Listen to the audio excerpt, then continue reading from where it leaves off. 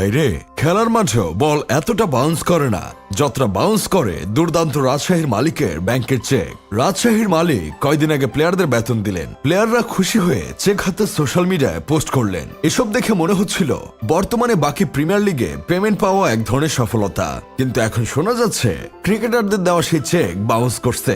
এজন্য হয়তো তাসকিন আহমেদ ম্যাচ শেষে একবার বলছিল, এই উইকেটের মতো আমাদের চেকগুলো যদি আবার বাউন্স হয় তাহলে আমাদের বিপদ হবে। এখন শোনা যাচ্ছে উইকেটের মতো চেক আসলেই বাউন্স করছে। বিপদ তাহলে হয়ে গেল। রাজশাহীর মালিক বলছিল এবারের বিপিএল আইপিএল কে ছাড়িয়ে যাবে, তার কথা মতো সেটাই হয়েছে।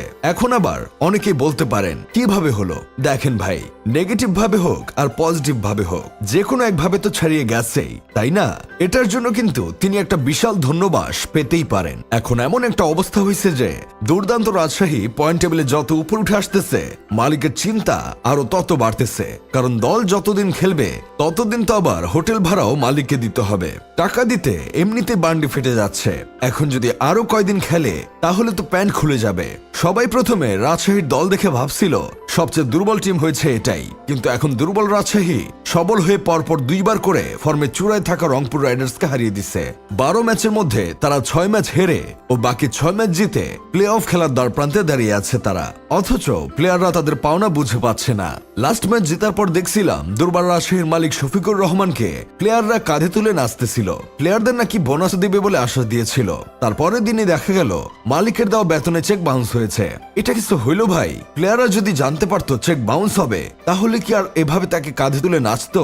বেতন না পেয়ে তাদের 11তম ম্যাচে কোনো বিদেশি প্লেয়ার খেলতে আসছিল না, যদিও সবগুলো দেশি প্লেয়ার নিয়েই তারা ম্যাচ জিতে নিয়েছিল।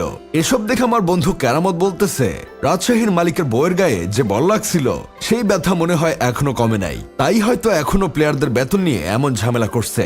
ভাই, এবার বিপিএলটা অন্যরকম করতে চেয়েছিল বিসিবি, আর এই বিপিএল কে অন্যরকম করতে সহায়তা করেছে দুর্দান্ত রাজশাহীর মালিক। কেননা তারা এক এক সময় যে এক এক কাণ্ড ঘটিয়েছে যা একটি কমেডি সিনেমার থেকে কম না। তবে এই কমেডি সিনেমায় আবার ক্যামিও চরিত্র ছিল।